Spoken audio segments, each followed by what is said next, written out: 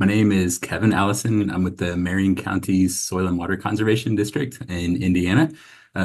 We are graciously supported by the USDA-Natural Resources Conservation Service, as well as North Central SARE in Clean Water, Indiana. I'd also like to thank Tanvi from Urban Soil Health, who is kind of our like statewide organization that specializes in urban soil health.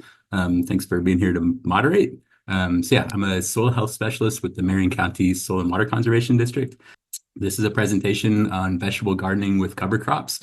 So yeah, let's go for it. Yeah, this is the difference between a cover crop bed in the fall and a non-cover crop bed in the fall. So yeah, this is a cover crop bed on the right. That's like hairy vetch and cereal rye. So the idea is just like maximizing photosynthesis. So that's the soil on the left. There's nothing really feeding the biology there.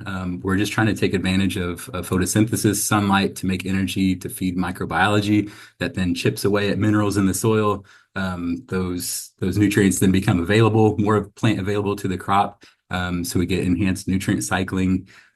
Yeah, so all the I don't know, I could probably go on forever. I think we're going to get into more like tactical approaches to use, how to actually get these cover crops into your garden. And maybe we'll just talk about benefits along the way because there's so many from beneficial insects to just covering your soil, like protecting the soil from heat during the summertime with the dead cover crop mulch. All sorts of benefits. So we'll try to pick up on some of those as we move through this. Um, I'm going to be coming at this from a very soil health minded angle. There's lots of ways to farm. There's lots of ways to garden. In my garden, I stick to these principles as much as I can because I know that following ecological principles, soil health principles, it just lets nature thrive. And when we let nature thrive in our soils and above and below ground, then we just get better soil health, better tilth, more organisms in the soil that are creating pathways that increase airflow, that could decrease disease, all sorts of benefits that we can get from soil health. So those are maximize continuous living roots, which cover crops definitely help us do, right? That's just photosynthesis and feeding the microbiome like as much as possible year round, whether it be with crops or cover crops. Minimize disturbance. So just reducing tillage as much as possible. Most of this presentation will cover like the no-till garden approach, just because it's what I'm most familiar with. If we've got questions about tillage and other ways of terminating cover crops, and we can definitely pick some of that up in the Q&A. Also maximizing biodiversity.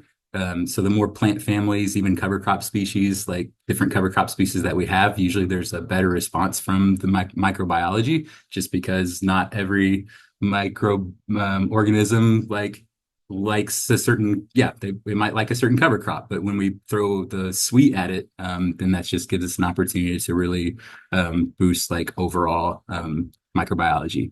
And then maximize soil cover, which I think is like one of the most important ones for me this last couple of years. Just keeping the soils covered. It can get really hot during summertime, and if we've got bare soil, it just gets hard. It gets compact. It's just like harder. It becomes harder to even plant a cover crop in the fall if the soil has been like bare and just kind of like bare soil. It's just hard. It's hard to work with. So keeping it covered, whether that be with crops, cover crops, mulches, tarps, really whatever it takes is super helpful. I like to go out to the garden and just look around at different times in the year and look for bare soil. And if there's bare soil, I try to mulch up.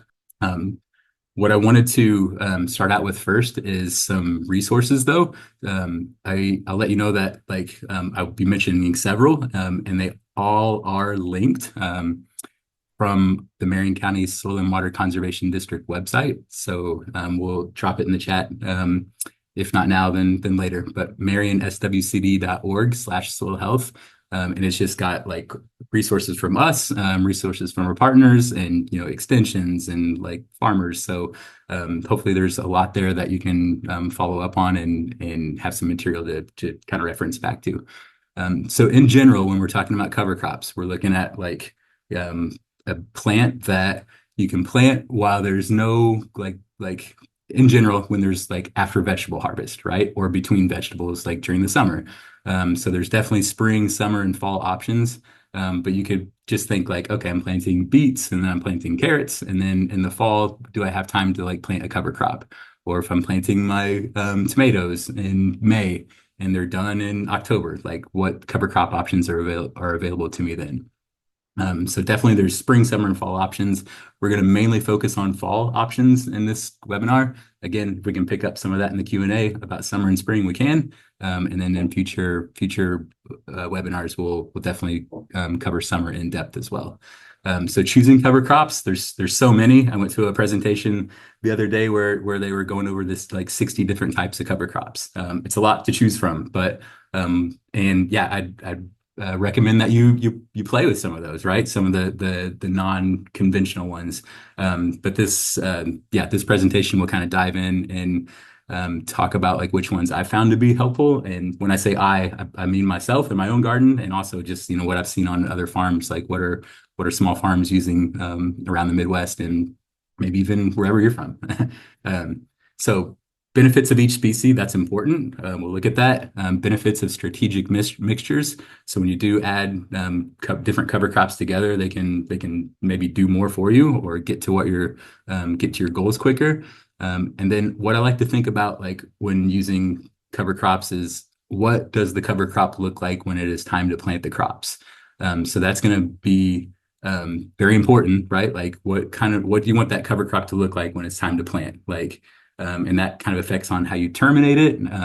It affects what species you choose. So we'll tease that out as well. Okay, this is a crop rotation from my garden, from the Soil and Water Conservation District demonstration garden in Indianapolis. So I just want to, yeah, starting with timing, like you can see my beds are like A1, A2, A3, A4, A5, A6. When I started writing down like in planning cover crops in advance, that's when I was able to get a little bit better at it because, come September and you're like, I think it's time to plant cover crops. Like, do I need to order seed now? Like, where do I get it? All the things. Like, if you have a plan up in place up front, like it's just super helpful. And then you can, just kind of go through your season and reference back to your crop rotation. So this crop rotation template is also available on our website. You can download it and make it your own, change it, etc. So if you start at the top, like, a common garden might be mulched over the winter time, like maybe straw or compost or shredded leaves, for example.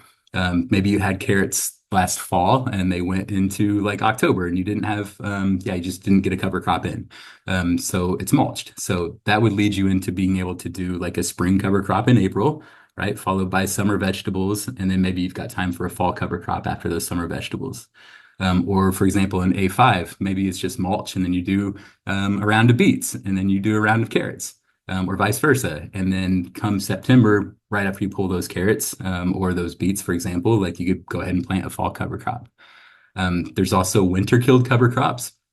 So like A3 and A4 on my rotation. Those cover crops are like such as oats or field peas, for example, are going to die during the winter time. So they might live depending on how cold it is in your area. And since we do have people from elsewhere, I would definitely check like your Natural Resource Conservation Service, maybe Purdue Extension, maybe your like cover crop councils, and just to check to see like if certain cover crops are expected to die during the wintertime. Because, for example, in Indiana, oats, the cover crop oats does generally die during the wintertime, but down in Kentucky, like that might not be the case. It's just a little bit warmer. So they might not, they may actually survive, which might change your strategy. So winter kill cover crop dies, and then it's April, and it's time for early spring vegetables. So you have those during the summertime. Then maybe you do 2 rounds and then do a fall cover crop, or you do spring vegetables and then move to a summer cover crop. Then there's in A2, like overwintering legume cover crops, like legumes, and we'll get into this more in detail, but legumes produce nitrogen. So I like to follow like a heavy legume cover crop, like a mix that's dominated by legumes. I like to follow that, or I like to use that before crops like sweet corn or brassicas that in general use a lot of nitrogen. So those nitrogen feeders, those heavy feeders like sweet corn, like brassicas, I generally like to use legumes before that, just so I can produce enough or produce nitrogen to feed the following crop. And then overwintering high biomass cover crop. That'd be like cereal rye. Like whenever I think high biomass, like my mind, like there's other cover crops that produce a lot of vegetation like up top, above ground, but in general, cereal rye is a common one. Wheat, triticale are some others. But when I'm talking about high biomass cover crop, that in my scenario, I'm usually talking about cereal rye mixed with other species, legumes, and yeah, the idea is to like get a whole lot of growth, and then to terminate them before transplantings. Um, Wherever you see circles on this chart here, that's where I'm tarping, and we'll get into tarping a little bit. But that's an overwintering legume, for example, crimson clover. I'm like weed whacking that in April. I'm putting a tarp on it for a few weeks. I'm pulling it off, and then I'm planting sweet corn, and I'm actually like leaving that legume on top, like the residue on top. Same thing with a high biomass cover crop. If my weed whacker can't chop through it, then I'm just crimping it or pushing it over enough, so I can pull a black tarp over it to block the sunlight. That usually takes about 25 days for that cereal rye to die in the spring. And then I can pull it off and have enough mulch on the soil surface to keep the bed covered and get my tomatoes transplanted into that. So we're going to go in all of these tactics into detail in this presentation. Um, so to before like thinking about how to plan cover crops, like I think it's important to plan your crops too, first or maybe at the same time. In Indiana, I'd recommend that you go to some of Purdue Extension's guides or just local grower knowledge too.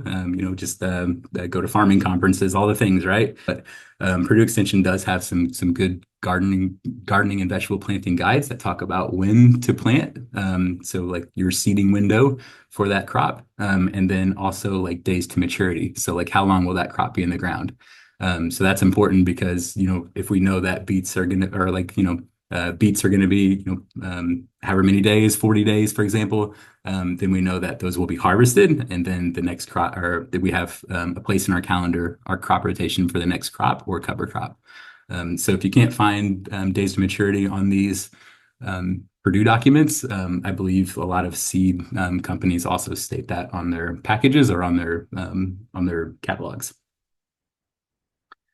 So after you kind of figure out what crops you're planting, then you can start thinking, okay, and when those are being harvested, then you can start thinking about like when to plant the cover crops or what cover crops are able to be planted at that time.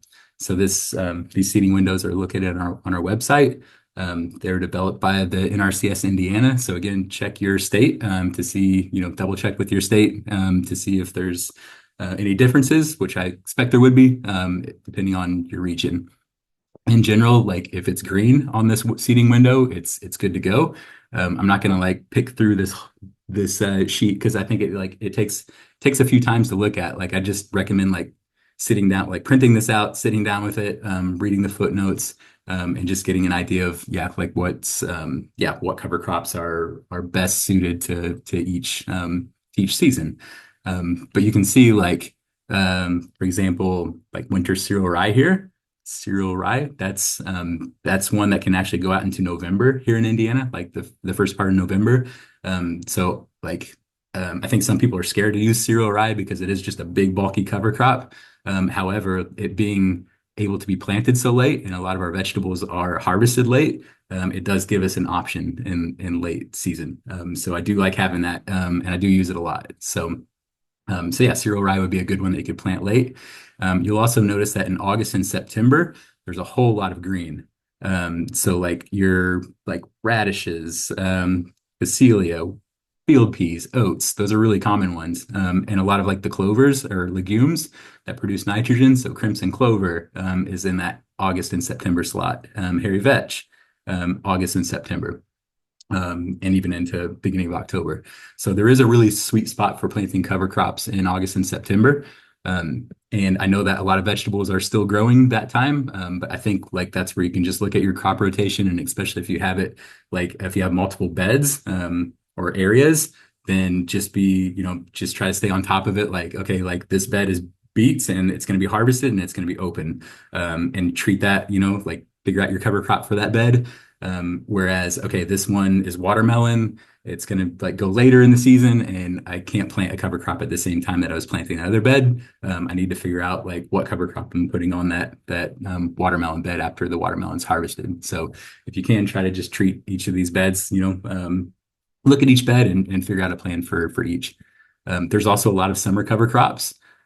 This presentation is not, again, it's not going to get it deep into summer cover crops, but just know that there's like sun hemp and sorghum sudan grass are a couple of my favorites. Buckwheat is like a quick growing cover crop that you can plant like in between spring and fall crops. Um, to to kind of like narrow down those mixes, I'd recommend that you do go to our website and check out the cover crop section on the soil health page. It's got this favorite no-till garden cover crop mixes, and it just talks about, it just kind of narrows down like which cover crops that I like to use and what time I like to plant them, and then what the next crop is that like I usually use that cover crop for. There's also a cover crop termination guide, and then there's also some one-pagers that are some of my favorite strategies, which again we're gonna take a look at here. Okay, a really critical book in learning about species and different cover crops is Managing Cover Crops Profitably through SARE, Sustainable Agriculture Research and Education. It's online and it's free. The PDF is free, so you can look at these appendices or these tables, and it just talks about each cover crop, what its benefits are, what its superpowers are. Really, is it good for soil ecology? Is it a fast grower? Can it suppress weeds really quickly, like a radish, like that leafs out quick? Is it a legume? And also talks about like potential disadvantages. So, and then that book also has a chapter, like maybe 4 or 5 pages about each cover crop that I just think is really handy to be able to reference and read, especially if you're just getting started out or if you've got experience and just kind of want to review. It's a great book to look at. So while I think that like picking it in individual cover crop based on its superpower per se is handy. I also or is good, is a good practice. Like in general, I'm usually trying to just create a mix. So I just know there's a lot of benefits going on. And I create that mix knowing that I can like terminate it and knowing that it sets up my next crop in a way that's going to be helpful to the garden.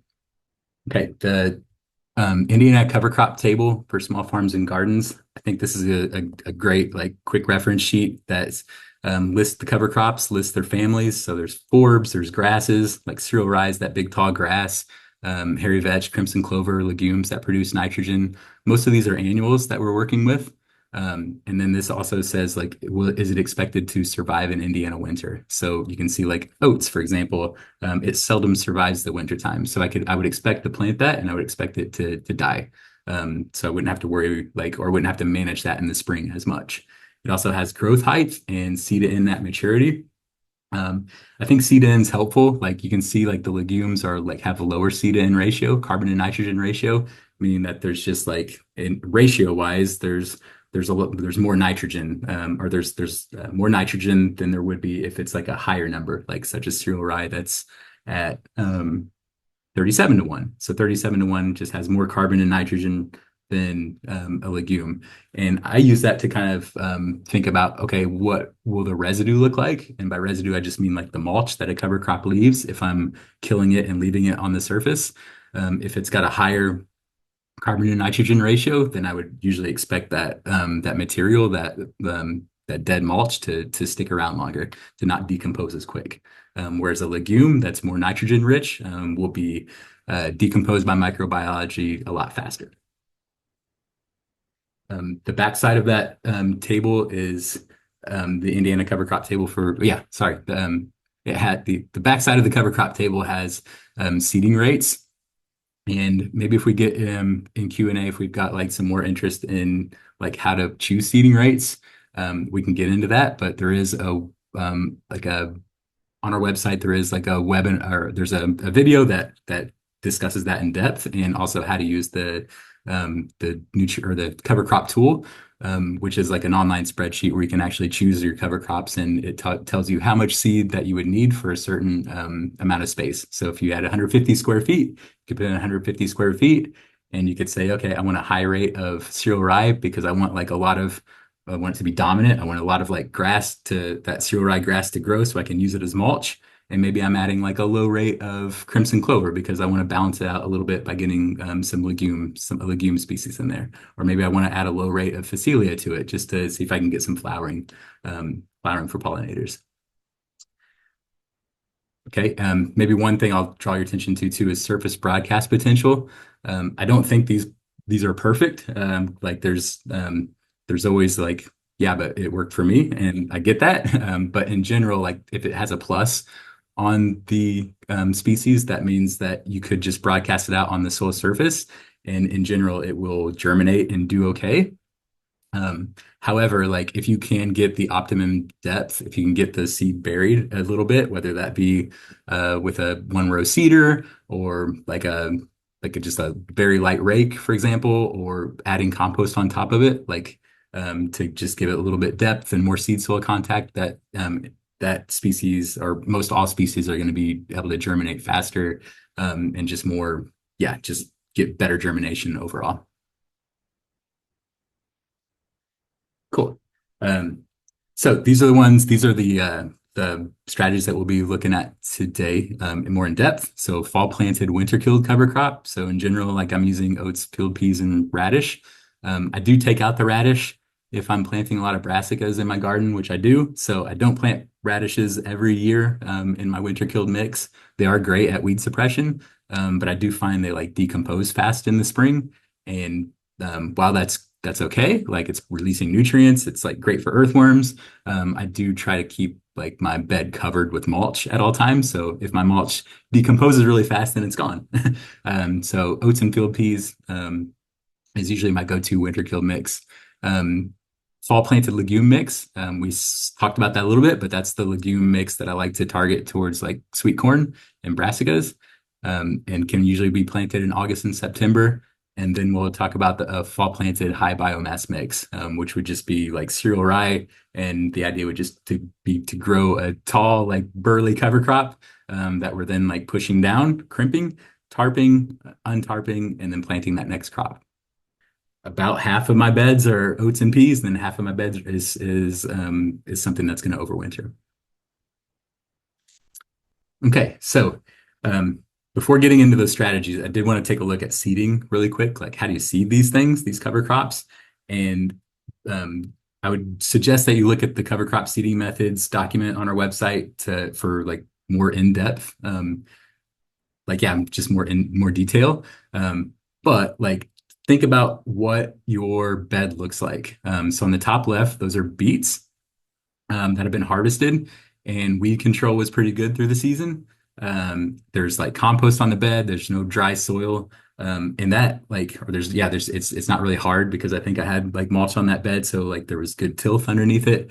So in that case, like see that picture on the bottom right? That was seeded with like an earthway seeder. So that's actually cereal rye and hairy vetch that was just seeded in rows, right after those beets were harvested. However, like on the top right, I could not run a seeder through all that sweet corn. So that's sweet potatoes on the left. That's still growing. The sweet corn's been harvested. Um, Sweet corn was pushed over after harvest and then tarped for a couple of weeks just to make sure weeds were dead. And then I untarped it, and now I'm looking at a bed that I need to cover or that I want to cover crop. I can't run a seeder through there. So in that case, I would just broadcast the seed over it. So just measure out the ounces that are needed for that bed, broadcast the seed by hand. And then I would usually take a rake and just kind of shake that debris around a little bit so the seed falls down into the soil. If I've got compost on hand, I might like add just a little bit of compost over the top of that just to get seed to soil contact. And I don't like walking on my beds at all because of compaction, but that might be a case where I might walk over that a couple of times just to see if I can push the seed into the soil a little bit to get better contact. Yeah, and then on the bottom left, like that's the that sweet potato bed. That's after harvest. So you can see like I actually like weed whacked the top of the sweet potatoes vegetation, weed whacked the vegetation, raked it off, harvested, And that actually kind of opened up the soil, it almost felt like tillage. But like after the sweet potatoes were harvested, the soil was just kind of almost bare and ready for a cover crop. So I could either have broadcast that cover crop over and just lightly fluffed it in with a rake, or I could have taken my earthway seeder and driven rows through that. Or I could have done both. I could have like broadcast some or half of it and then put the rest in the seeder and broadcast over. I then like to take that sweet potato mulch and put it right back on top. So the bed on the right has actually, that's two beds of sweet potatoes. The bed on the right has already been seeded with a cover crop and the mulch placed on back top of it. So that just helps. It's almost like a grass seeding, right? You're putting straw on top of a grass seeding just to help it retain moisture and get up and going. Um, a couple like, try to get them in before rains. Like if you see it's going to rain in September, and it's not going to rain again for 2 weeks, like try your best to get the cover crop in before rain. Sometimes if you don't catch those rains and there's not good soil moisture, they're either going to wait there in the soil until it rains, or you might need to irrigate to get them up and going. Okay. Okay, so tarps. I'm going to talk a little bit about tarps throughout this presentation because I like to use them. Like I used to probably for the first 6 years, I managed a no-till garden without tarps, and with cover crops, like a lot of cover crops in the mix. So crop, cover crop, crop, cover crop. Um, in the a no-till kind of strategies. And I find that, if you like sometimes there'll be weeds, right? Weeds come just like in any system. So once I start, or maybe it's like you would push over a cover crop and it starts to regrow if you're not like using herbicide, for example, right? Like you basically just like pushed over a grass and expecting it to kill it. But sometimes those grasses can just kind of pop back up and yeah, be there when you're thinking about planting your tomatoes, right? So that like a silage tarp, which is black on the top and white on the bottom, has been a super like silver bullet in terms of making sure a cover crop's dead, or even making sure the previous crop's dead. So we'll talk about that in probably as we go through each strategy. I might talk about like how long I leave the tarps on for, and just different strategies.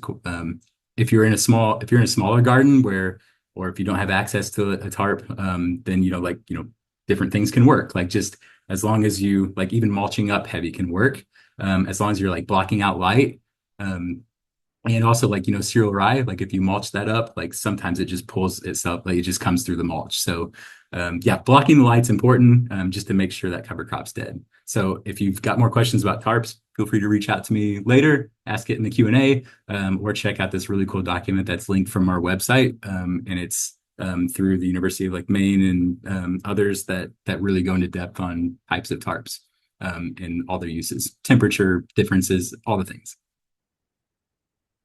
Okay, so this is for example, this is like beets. That was like a beet row. You can see there was like onions and garlic to the left. So those beets have been harvested, and that had been tarped for like a week, probably 10 days in the summertime, because it's hot in the summertime and it acts quicker. It just breaks down the residue. So now I've got like a cleaner bed, so I can actually like seed a cover crop a little bit easier.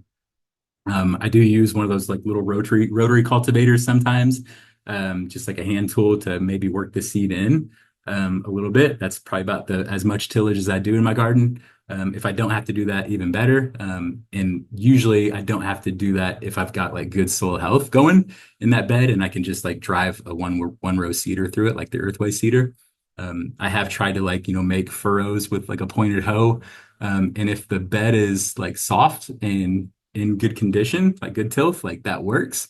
But if it's like hard and dry after like a droughty summer, like when you're pulling a hoe through the soil in September, like it can just come out in clumps, and just like it can really kind of tear up the soil. So I think that's where I'm like leaning towards, okay, Kevin, keep the soil covered all year round, so you don't have to worry about like fighting the soil in the fall when you're or at planting your crops even. It's just like this bed, for example, was covered. It had good coverage all year, and I was able to just drive the seeder right through that. And by drive, I mean push it, right? It's like a push seeder. Should have added a picture.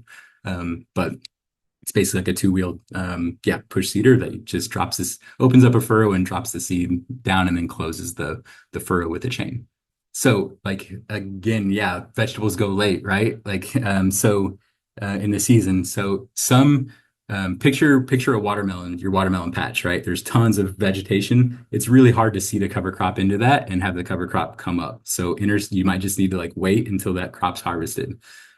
However, like something like kale, for example, like it's like looks like a palm tree. There's a lot of light and a lot of sunlight and moisture, or yeah, a lot of sunlight coming in. So it is possible to plant a cover crop underseeded underneath the crop. I just would advise not doing it like at the same time as planting the crop. Cover crops are vigorous and they can really outcompete crops. So I would just suggest being careful with like planting a cover crop too early alongside a crop. Okay, let's get into winter kill cover crop strategies. So this is a fall planted strategy of like using oats and field peas to yeah, basically get roots in the ground through the early winter, stabilize the soil, prevent erosion. They then die. And then that kind of leaves your bed more open for early planted crops like beets and carrots and things like that. So um, you can add radishes to that mix. I'm going to experiment a little bit with phacelia and flax, which are two other cover crops that will winter kill in Indiana, just to get some more plant families in to increase microbiology. Okay, so again, this picture is oats and field peas. You can see the field peas is that broadleaf legume, and then the oats is a grass. This is a very like good beginner cover crop. I'd have like if you've never used cover crops before, this is the one I would try if I were you. The one on the left was planted earlier. The one on the right was planted later. So if you do plant it earlier in the season, you're going to be able to push out a little bit more mulch than you would if you were to plant later.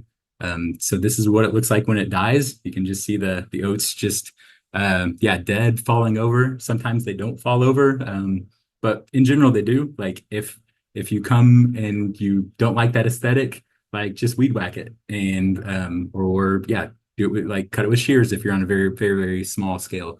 But yeah, you can. It's really easy to manage just because it's just a dead mulch that's almost easily raked off too. You can rake it off really easily. Which I'll show you in a picture. So this is a bed that's been weed whacked and is currently being raked, and then compost is going to be added on top of the bed. So why rake the cover crop? Why add compost? In general, like in the spring, like tan mulches, tan vegetation, like or brown vegetation is going to cool the soil, as opposed to a compost-like material which is darker that will actually warm the soil up a little bit. So in spring, you know, we're always looking to for warmer soils so we can get because our vegetable crops have certain germination temperatures that they like. So increasing the temperature is the idea behind breaking the mulch off. In general, I don't like to rake any mulch off. Like I like to leave it on the bed as protection, soil armor. But in this case, I am raking it off just so I can, yeah, make the two things: one, plant easier, and two, add the compost so it warms up the soil. So there's a picture of what that looks like. That's in the center. You can see the oats residue. So that's actually dead oats in the center, and then two beds with compost on top. And you can see to the left, that's actually what we'll talk about a little bit later is cereal rye. So that's a bed there is, you know, a high biomass mix. The bed back there is a high biomass mix, and these two beds are slated to go to early spring crops. Okay. I love onions after oats and peas. It's probably like one of my favorite cover crop strategies, just because it's like really easy to dibble in, or even use your trowel to get a transplant hole, and then I just put the sets in spaced right, and from there, like there's usually like I know a lot of people that are in tillage systems complain that onions are one of the harder crops to grow because it's really hard to weed around with their like toes. But if I can get like a good cover crop established in the fall, like good weed suppression, get enough mulch, like compost or shredded leaf mulch on the bed to stop more weeds and get that crop transplanted, then I'm really not having to worry that much about weeding in between the rows. I do keep on top of it. I do scout, but like the system gets you ahead on the weed pressure. So yeah, you don't have to be worrying about weeding around onions as much. So that's the onions as they're growing. Nice clean bed. Um, and I guess like with that, like I think I was going to talk about weeds a little bit later, but I should just state that like, this cover crops do awesome at suppressing and outcompeting weeds. However, like they don't do it 100%, especially in like an organic system. So, like if you're planting a cover crop, make sure that bed or that garden is like weed free, whether it be through stale seed bedding with like light tillage or like I do it with like tarps or just by weeding, just always scout, always weed. Try not to let any weeds go to seed in a no-till garden because yeah, you've done so much work to bury all the seeds and to like stop them from growing that once this weed goes to seed and like spits its seed out all over the bed, then you're kind of set back a little bit, right? Because that those weeds are going to grow again. Um, so if you're transplanting, like you could leave the mulch on, like lettuce, again, like it may be the heat thing that it would be advisable to put some compost on top of this. But yeah, like transplanting into these dead oats is fairly easy.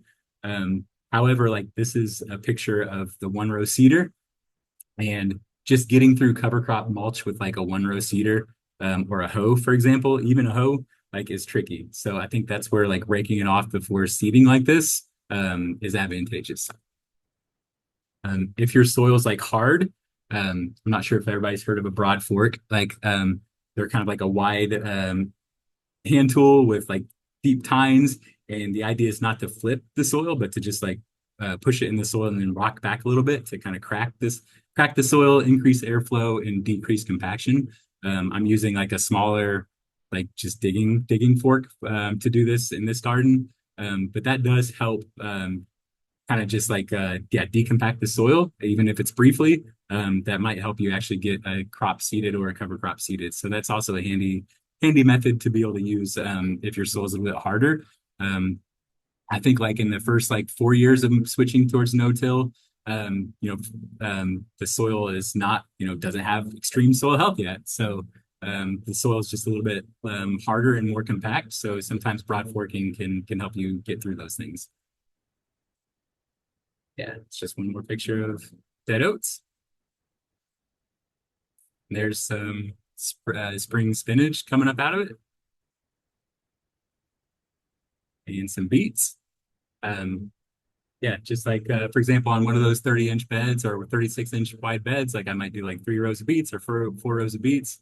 So yeah, just a really handy, like kind of like a market garden approach to gardening with using cover crops. So what if you do have like a lot of weeds in that bed? Um, and your oats and field peas didn't like outcompete everything, right? You've got like chickweed coming up. That's where in like March, like I look at the bed and if it's just a little bit, I might like just lightly hoe it out with like a stirrup hoe or a hoop hoe, or I might just use my trowel for perennials and pop them out and get like weeds out of the garden. But if there's like tons of chickweed and the plot's way too like bigger than I want to weed by hand, then I will put a tarp on it in March. Um, so this is pulling the tarp off, and it just like, yeah, like the weeds, it really sets back the weeds, any of those annuals, um, and yeah, just leaves a dead cover crop mulch. If you do see like, I think it's kind of cool, like when you do pull off that that tarp, like at the end of March or like I don't know, mid-April, like before planting your crops, it might have not killed all those really pesky perennials, like I don't know, even dandelions, but sometimes like they're yellow like this, and you can almost see them easier because everything else is dead. So it's like a perennial weed that's like taking its last breath almost. It was under a tarp, it didn't have any light. So it's just a lot easier to scout a field or scout a garden like after the tarp's been pulled off, and you can just see those perennials and pop them out um, with the trowel. Yeah, and there's some spring peas growing in oats, which I think I'll be planting again in the garden here in a couple weeks. Okay, so along that same line, oats and peas, using oats and peas in the fall, like what about garlic? So usually I plant oats and peas in like August and September, and then they die during the winter time. But I also like to use those before garlic. So I'll plant the oats and the peas in September and then terminate the cover crop and plant garlic in October here in Indiana. I'll show you what that looks like. So there's like oats and peas that have been growing.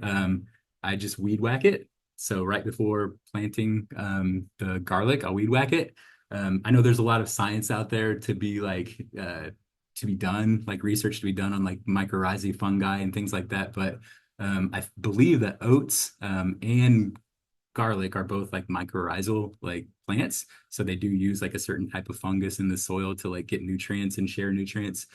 So them both being a mycorrhizal plant, like my hope is that I will stimulate that fungi in the soil and then be able to utilize it with like, yeah, have that fungi be there in the soil ready for the garlic to just be, yeah, just have a biological system. Yeah, firing on all cylinders really. So that's weed whack cover crop. I do like to rake it off before planting the garlic. It just makes it easier to dibble in without like pushing a bunch of like leaf matter down into the holes. But that's just a dibble. There's a little like feather meal fertilizer you can see up top dibbled in, and then I'll like pinch the holes shut or just cover them up with soil. And then put a layer of compost or shredded leaves, like a light layer on top. And that's pretty much it. And then, yeah, just wait for spring. I do add straw to my garlic plantings sometimes, just for like more warmth during the winter time. However, like I just went out there the other day and I saw like the wheat from the straw like growing like out of the not a cover crop, right? But just like the wheat from the harvested straw. So yeah, definitely like check your and I do like I check the straw to see I look at it to see if there's any seeds in there. I just must have missed this one. There's definitely some wheat growing in this. So I think I've learned my lesson. I think next time I've got enough space to do this, I'm gonna put like my straw out on a different bed or maybe like in a sacrifice spot, like or like along the border of my garden. I'm gonna spread out the straw. I'm gonna let it rain. Hopefully that wheat germinates and then I'm gonna tarp it. And to just to kill the wheat seeds, kill the wheat. So then I've got like a cleaner straw that I can use for my garlic. It's an extra step, but I think it might be worth it. Okay, so the garlic's planted. Yeah, all good. And then there's other crops growing, other beds, right? Cover crops growing like in the garden. So you can see these cereal rye on the left and in the back. But the next one we're going to take a look at is this plot right here to the right, which is that's a thick stand of legumes. It's like hairy vetch, crimson clover, which are crops that produce nitrogen. So the goal there again is to provide nitrogen to the following crop. So yeah, oats is a grain, right? But I just like to add oats in with almost every cover crop mix because it just adds diversity and it's dies during the winter time. It's not hurting anything. Just adds diversity. Okay, so yeah, the idea here is to like let the cover crop grow, weed whack it, and then tarp it. And then tarp off and then plant. I know there's some more nuance to that, which we'll take a look at too. So this is a bed of like oats and hairy vetch growing. You can do it in a raised bed garden. I did these on in contained like yeah, I did them in constructed frame raised beds, like a cover crop system for a few years and liked it. I don't think there's really much difference between that and soil in terms of managing the cover crops. Um, so this bed is crimson clover, for example. The oats have died. Crimson clover starts to grow. This is probably like early April. Now I love to wait until it flowers because it's just like loaded with pollinators. So I do actually like yeah, some of my cover crop beds like I have to terminate before they flower. But if I can let them go to flower, that's an A plus. Um, so the reason why I need to terminate them early is because if that flower is happening in April 30th, for example, I'm planting my kale on April 15th. So before flower. So I just need to kill it ahead of time to get my crop in. I do like a poly cut, like I guess this is a minor detail. Well, I don't know. It's definitely helpful. Like the poly cuts, like the plastic blades, I think are really good at chopping up cover crops as opposed to the string, but string definitely works as well. Um, so this is a cover crop from the top view. All of this was like hairy vetch and crimson clover. It got weed whacked down and then transplanted into with kale. So some of the nuances there, like you could tarp it. Yeah. So after like mowing down a legume, It usually takes about 2 to 3 weeks to kill it under a tarp. And that's like depending on like, yeah, I don't know, species, probably depends on a lot of things. But in general, it's about 2 to 3 weeks, sometimes even faster maybe. But the idea is to like make sure that that legume is dead. So you can do it by, you wouldn't, if you don't have a tarp, you can weed whack that down and then weed whack it again, like let it grow back and weed whack it again, like really low, and it will eventually kill it maybe after 3 times. But then you've kind of like lost all your your vegetation's in it's like spread all over the garden, like just from multiple weed whackings. So I like to cut it. If you can put like a layer of newspaper over it and then the straw, and let that sit for like 10 days, and then open up the transplant holes. If you open up the transplant holes like too early, for example, like the hairy vetch, for example, might have survived and might start crawling out your transplant holes, like around the transplants. So if you're on a small enough scale, that's really easy to just like pick. Like, yeah, it's almost like picking a weed. But if you're on like, if you've got 5,000 square foot garden, you don't necessarily want to be like picking legumes as weeds. So just, yeah, make sure it's covered for like 10 days to ensure that it's dead, and then do the transplant holes. So yeah, there's some transplanting kale into this dead cover crop. If you're on a small enough scale, like you can do it with like a sickle or shears. It's just going to take a little bit more like sweat equity um, to get through. But you can cut these up with hand tools. The idea would be to just make sure like you can see these little roots like going into this like from soil to plant. Just make sure those are chopped. So on a small enough scale, like if I was on a raised bed, I'd almost like take the massive hairy vetch or legumes like off of it just to make sure I've like got everything, and then put the mulch back on. But if you're on a bigger garden, just like, yeah, just let it sit. There's a couple pictures of like somebody just doing just that. They removed all the vegetation and they're going to put it back on the garden the way they like it. That's like micromanaging, but it's pretty cool what you can do with the cover crops on a small scale. Okay. This is yeah, hairy vetch and crimson clover before corn. So this is 2 beds that was, thick legumes. This is weed whacked and then tarped it, for, yeah, like 10 to 20 days. And when we get into cereal rye mixes, you'll notice that I won't say 10 to 20 days anymore. I'm going to be like 25 days. And that's just because cereal rye is such a like intense, burly cover crop, vigorous, that it needs more time underneath the tarp to die. So the cover crop's dead, then pull off the tarp, and you can see where I've like either dibbled in, yeah, like dibbled in sweet corn seeds. If you were wanting to plant that with like a machine or like a one-way seeder, you might need to rake off more of the mulch. You would probably definitely need to rake off more of the hairy vetch mulch, but I do like to leave it in place and just do as minimal as disturbance as I can.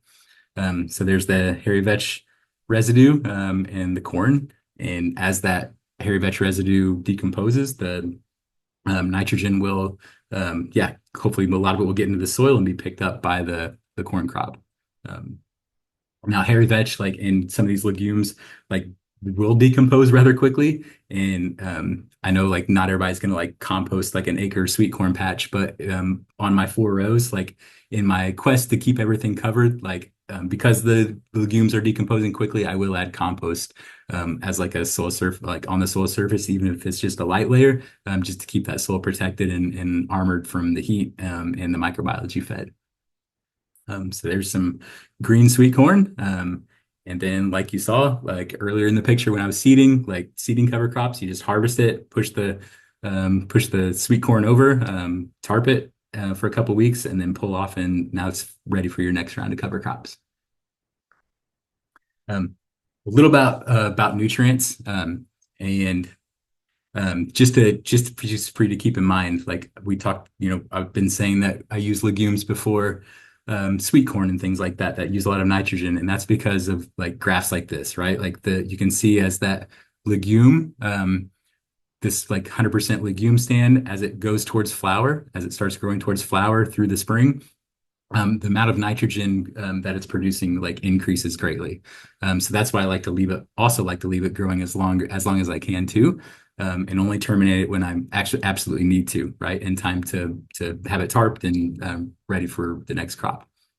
Aptu, like a cereal rye, like cereal rye species, like if it was just cereal rye, a big tall grass, that will actually like decrease the amount of nitrogen available to the next crop for a little bit.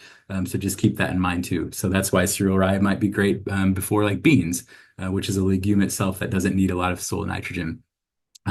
Or do like a balanced mix, so you don't have to worry as much about balancing those seed in ratios. But if you're going for like corn, like I'd recommend going high on the legumes. Um, this is also an important graph for me. I think that like this surprised me actually, but it talks about how much of the nitrogen is in the above ground hairy vetch. So, I always thought like, gosh, it'd be all in the roots. But like a lot of it, and it makes sense that the plant is creating nitrogen by using like little nodules on its roots in a symbiotic relationship with microbiology to make nitrogen. It grows a plant that's full of nitrogen, like above ground growth, like green growth. And then like once we kill it, or terminate it, then all that nitrogen is in its body and it's going to like release.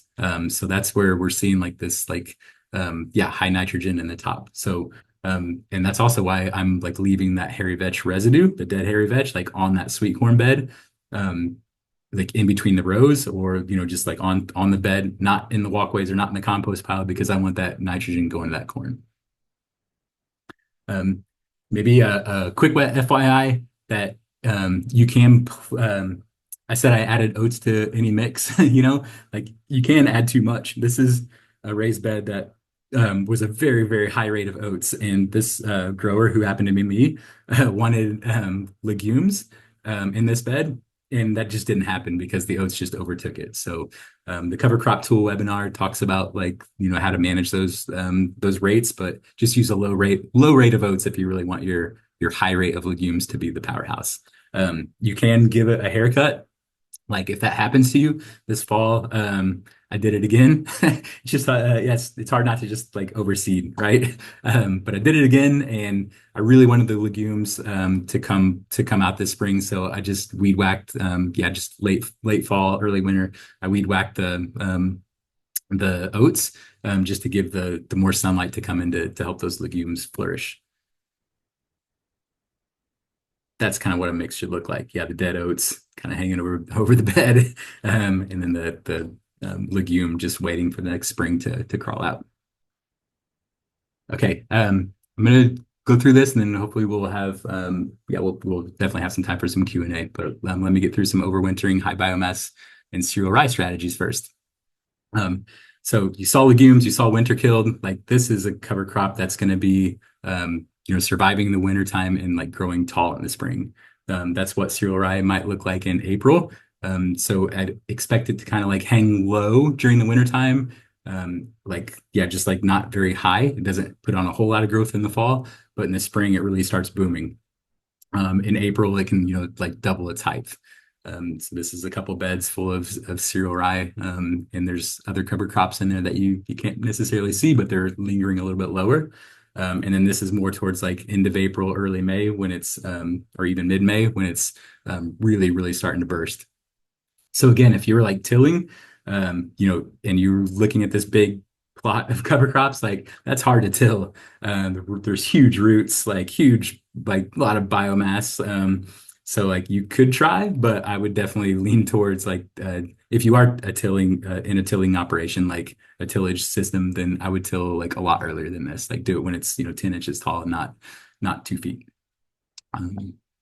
So in like May, sometimes early June, it starts to flower. So this is the pollen that's coming off a cereal rye grain.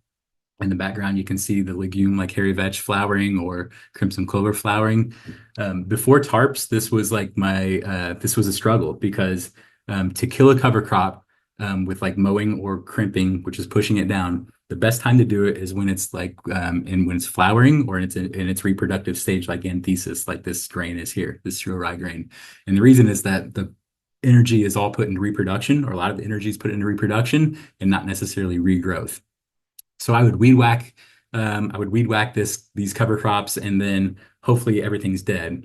But there was, on occasion, there'd be a cereal rye that wanted to come back because maybe I didn't get it at the exact right time, or and also that right time is usually like in late May and early June, and I'm wanting to plant tomatoes into this mulch, into this cover crop bed, like in May, like May 15th. So it's also a timing kind of constraint. So I think that's where like tarping has definitely helped. You can do it. It's just be cognizant that there's time and regrowth possibilities, issue possibilities.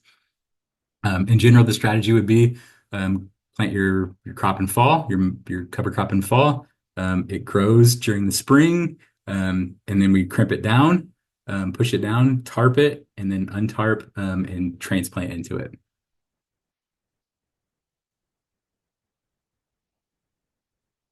Okay. So there's a couple ways of doing it, like again, cutting or crimping. You can see on the right, like this cover crop's actually been crimped, so it's actually laid flat, and then the one on the left's been weed whacked. If you cut it into pieces like this, it will decompose faster. In general, it gets more weedy, probably because it decomposes faster and just like more of a nutrient release.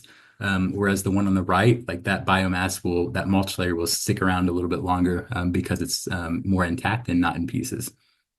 Um, if you cut cereal rye at the wrong time, again, a tarp negates this, but if you cut cereal rye like before flower, before it's like going through pollination and anthesis, then it could grow back a little bit easier. Whereas a crimped cover crop might not like grow back from that growing point as easy, right? Because it's the plant's still intact.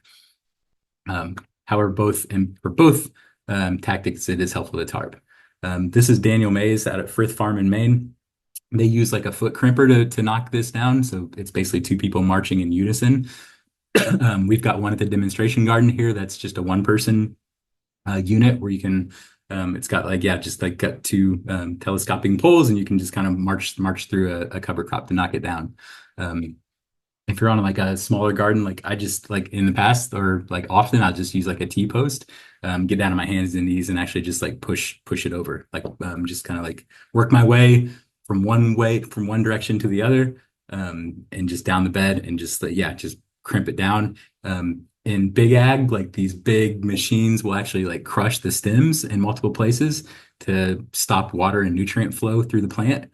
We're usually like not strong enough to like, I don't know, just our weight like on a hand tool is usually not like crimping it very good. So again, that's why like that tarp is helpful. But if you can pinch the stems as much as possible without cutting them, like it is helpful to make that cover crop die quicker. This just shows on the left a weed, like without a tarp, a weed whack cover crop that's regrowing in beans. And this on the right, like the crimped cover crop, like the actual cereal rye, which is this grass, like died. However, the legume, like hairy vetch, is not very crimpable. It likes to like it can survive that pretty easily, so it started regrowing out of the cereal rye. So it's just a caution, and another good reason to make sure that's like tarp to make sure it's dead. Okay. Yeah, the cereal rye, that's just shows it flattening it out, right? And if you're trying to pinch all the stems to kill it without like a tarp, like it might regrow a little bit, possible, but also, like some weeds might grow out of there too. So if you can get a tarp on, I think I've said that too many times, right? Like I'm kind of addicted to the tarp. It's just been a super handy tool in making sure everything's dead and clean for the rest of the season. This is a grower using the model we've got in Marion County to crimp down a cover crop. Um, this picture shows a cover crop being crimped in my garden, and like while the grasses are being pushed down pretty easily, like you can see that hairy vetch is not like getting like disturbed at all, really, like the purple flowering plant. So like that crimping action is not going to kill it. Weed whacking a few times would, but it's really hard to weed whack like through all this big biomass mix anyways. So that's where it's kind of helpful just to like push it over and get a tarp on it. So you got it flat. You can see, cereal rye. There's the crimson clover. You can see some viney hairy vetch in there as well. And then you tarp it. So usually takes these big cover crop mixes usually take like 25 days. and to tarp. And that's, if you do it in early spring, like super early, it might take 6 weeks. If you do it like after like, May 5th, May 30th, when like the cover crop was in anthesis and flowering, it might only be 2 weeks because it's warmer, right? And the cover crop was at like the perfect time to crimp or cut. Um, so it might be, yeah, so it might be like quicker in like late spring. However, like then you've got to like, you've waited till May 15th, then you've still got another couple weeks. So what I do is if I've got like my crop plan says I'm planting tomatoes on or on May 15th, then I'm backing up 1 month or 25 days, and making sure I'm tarping that day. So like if I was planting May 15th, it might be April 20th where I'm crimping and tarping, just to make sure it's dead and ready. So it just shows some cover crops being crimped and tarped. If you pull off the tarp and it's green, like you see in this picture, don't trust it. I've burned myself before on this. Like if there's like any green tint, like it's got a possibility of regrowth. So just make sure it's brown, completely brown, so it's ready to go. Just a couple pictures of dead cover crops. Um, I would direct you, like if you are a bit bigger scale than what my garden, and even if you are a gardener, like definitely follow Jesse Frost and No Till Growers on YouTube and like his books and all the things. But he's got a really good video about just how to use like walk behind tractors to terminate cover crops. So I'm not going to dwell on that too much right now, but in general, like yeah, just it's we also have a page in the cover crop termination guide that references his videos, and just talks about like some different ways to do it if you've got a two-wheel tractor. Um, if you plant like if your goal is a high biomass mix like this to like have this long lasting mulch and you plant a bunch of radishes alongside your cereal rye, as we talked about earlier, radishes are going to like really quickly leaf out, like do awesome on weed suppression, and then they're going to die, and leave like a gap. So like this picture here is like cereal rye that's growing in the spring, but all the radishes are dead. So if that ever happens to me, I just like come in back with mulch, whether it be leaf mulch or straw, and I just patch those holes just to keep the soil covered. So planting into the next crop after these high biomass mixes, like again, soil, if your soil is hard, if you're in those transition years, like or just starting out with no-till and the soil is like clay and a little bit hard, it does help. It's not as easy to plant into as like a tilled soil, I'll admit it.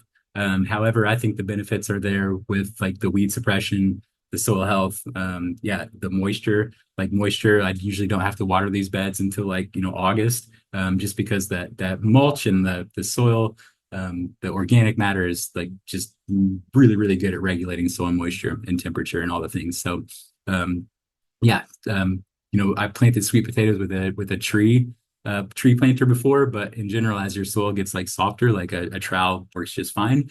If you are experiencing hard soil, it might be good to broad fork, like we talked about earlier, with a broad fork or like a digging fork, just to kind of like loosen up the soil to make it a little bit easier to plant into.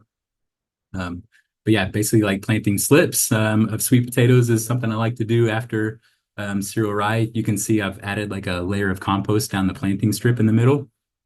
And that's just, again, to warm up the soil. Sweet potatoes are a warm season, like heat loving crop. So my goal there was to, protect the soil with mulch, with its dead cover crop mulch, but maybe add some compost just to increase the soil temperature.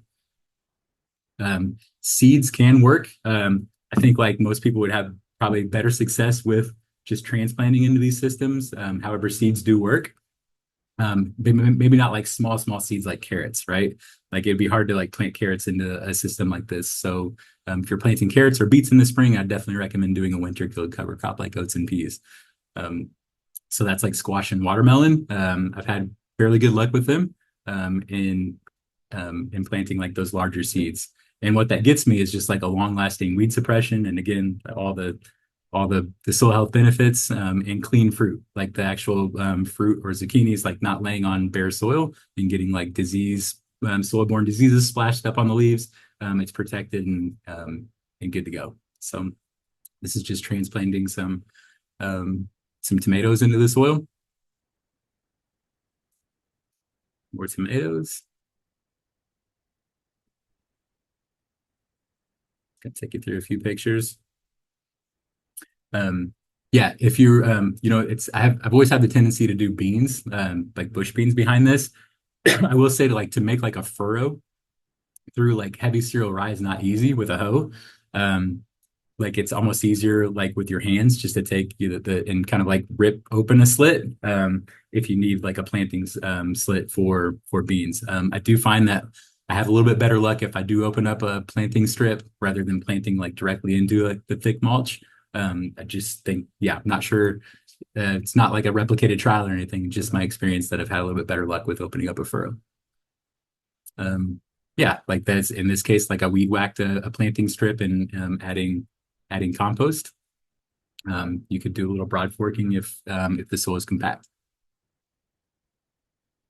And the sweet potatoes come up.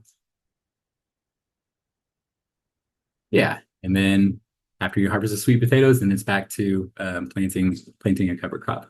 Weeds, again, this isn't like a weed-free system. So I think like the most labor, like the labor changes in the garden are important in terms of like knowing what your labor is going to be in this, right? Like it's like moving tarps, like raking off like mulches and like putting mulches back, seeding cover crops, and a little bit less like hoeing, right? And tilling, like or a lot less for me. But like one of the hardest parts of this, I think, is weeding a cover crop because I do think it's important. Like if you've got a big high biomass cover crop like growing in the spring and there's like weeds going to seed in there, those weed seeds can stick around for seasons, right? So just making sure you're scouting the cover crop beds as they grow in the fall and the spring and just like trying to get weeds out. And I think you'll find over time that like yeah, in like a few years, right? Like you're not weeding near as much. So I think the overall impact is great in terms of weeds. Um, yeah, maybe a couple more. Sorry. Early termination, like if you get into a bind, you're like, I planted cereal rye. Oops, like I want to plant like carrots in 2 weeks. One would be like yeah, do your planning up front, right? So you don't get into that bind because it really is hard to like kill cereal rye like early. Like these are like this is me trying to tarp cereal rye to see how long it would take. And it does take like 6 to 8 weeks in the spring just because it's cool. So just be cognizant of that. You could like this is a picture of like somebody like tilling it in with like a fork. Like that is possible, but then again, like what have you done to your soil structure, your biology? Now all those weed seeds that you've had buried there are like now coming up. So if you are in a no-till system, like yeah, just make sure you're choosing the right cover crop to set you up. So with that, I'll pause and see if there's any questions.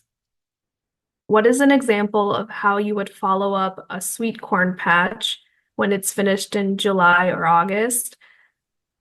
Let's Yeah, answer that first. yeah. There's a Yeah. So, like sweet corn patch, like it's got a lot of biomass to it. So like I'm even thinking like the next spring, what do I want this bed to look like? And I like knowing that some of those corn stalks are going to be there in the spring, like I'm not necessarily going to be seeding beets or carrots. Um, in general, right? So unless I can really rake them off there, like and take the time to like rake off all the corn stalks, which is doable. But just be cognizant that is like a high biomass bed per se. It's just got a lot of biomass on it. So I usually like lean into that and plant a high biomass cover crop on that bed. So my rotation is usually like or like corn and then sweet potatoes or corn and then the next year would be like something transplanted because I know there's gonna be like corn stalks that I just can't really seed through as easy. Um, so after that corn is harvested, I'll push it over with my feet sometimes, and then I'll put a tarp on it. And sometimes that corn will kind of push the tarp up. So maybe like put a T-post on top of it through the middle just to keep it down. But the idea is like, yeah, kill any weeds that were in there, like kill it. And yeah, then like 2 weeks in the summertime, like is usually enough to get some of those weeds dead, and then I'll pull the tarp off, and I've got like a couple beds full of like dead corn stalks, and that's where I'll broadcast the cover crop seed over those corn stalks, and then take a rake and kind of just jostle the stalks and all that debris, just so the seed kind of falls down into and hits the soil, and then like hope like I'll do that before like a rain. Like if the cover crop the tarp's been on there for like 2 weeks and I see or like 8 days, or even it's like 10 days and I see a rain coming and it's not going to rain for a while, like I'm pulling off and planting a cover crop. So I kind of lean into like knowing that that's a very high biomass bed. Um, so I'll go ahead and plant like a high biomass cover crop there. So like, yeah, I might just like do cereal rye and terry vetch and crimson clover, throw some oats in there. And then I can, yeah, just that'll grow into a really tall cover crop in the spring and just add biomass because I know I'm going to be like crimping that cover crop or weed whacking it, tarping it, and then untarping and planting the next crop, like usually like sweet potatoes. So you kind of covered some of the other questions. And she asked, could you plant vegetable crops in that space at the same time as the cover crop? And she kind of noted, I've had questions about scatter gardens and am curious about your experience. Yeah, I mean, I like my hope is yeah, but like I usually don't have good luck. I think most growers would probably tell you to like caution you against that. I was at a Frith farm in Maine, and they were like doing like crimson clover underneath some of their crops. Like they'd plant like, for example, Brussels sprouts or something, and like do a really light rate. It's like not like a really thick rate of like cover crops that are going to like choke out the crop. So they've got their personal experiences and are okay with trying that. Um, I have like planted uh, crimson clover at the exact same time I planted broccoli, for example, and then on the next bed over, I planted the broccoli into just mulch. And the one that was mulched did way better than the one that had cover crops like around it. It's just like a competition thing. I don't think a lot of our vegetables are bred to be competing with other plants, and just like less airflow, for example, might be a problem. Not saying don't try it, but like don't start there, I would say.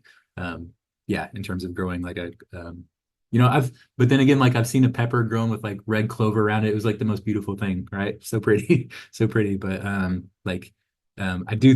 think like a university at one point came out with like a study about white clover underneath peppers. And I think they found like yield drag. So like a little bit less yield with that understory, but who knows what the condition like, well, yeah, they would know, but like what were the conditions, right? Did they have 7% organic matter that could like power, that could give nutrients to a cover crop and the crop, or was it like a 2% soil organic matter soil with no biology that really wasn't set up to like to fertilize, two crops at the same time. So as your soil gets better, it might be more possible. So experiment is a good idea. Yeah, on a And small scale. Yeah. Yeah. Yeah, I um, every year I do something crazy just to try it. Right. So they're like, I don't think that's gonna work, but I'll try it. Like, I mean, for cereal rye before corn, like, it's doable. But I didn't have great luck with it because of the carbon and nitrogen ratios, right? Like they feel like the corn didn't have as much green to it and didn't grow as well, didn't even germinate as well. So it was worth a shot, but yeah, now I know that like, yeah, I'm definitely sticking towards legumes when I'm heading towards corn. You go to our website currently, which is looks like this, Marion SWCD/soil health. You can contact if you want to email me directly. You can go to like about and then connect to join our newsletter. And then if you go to soil health, then just scroll down. It's got like about our workshops, about our demonstration garden, and then resources. So that's where like, it's got vegetable resources, crop rotation. There's like the crop rotation template. If you go to cover crops, there's like the cover crop tool, which is a spreadsheet that helps you design mixes.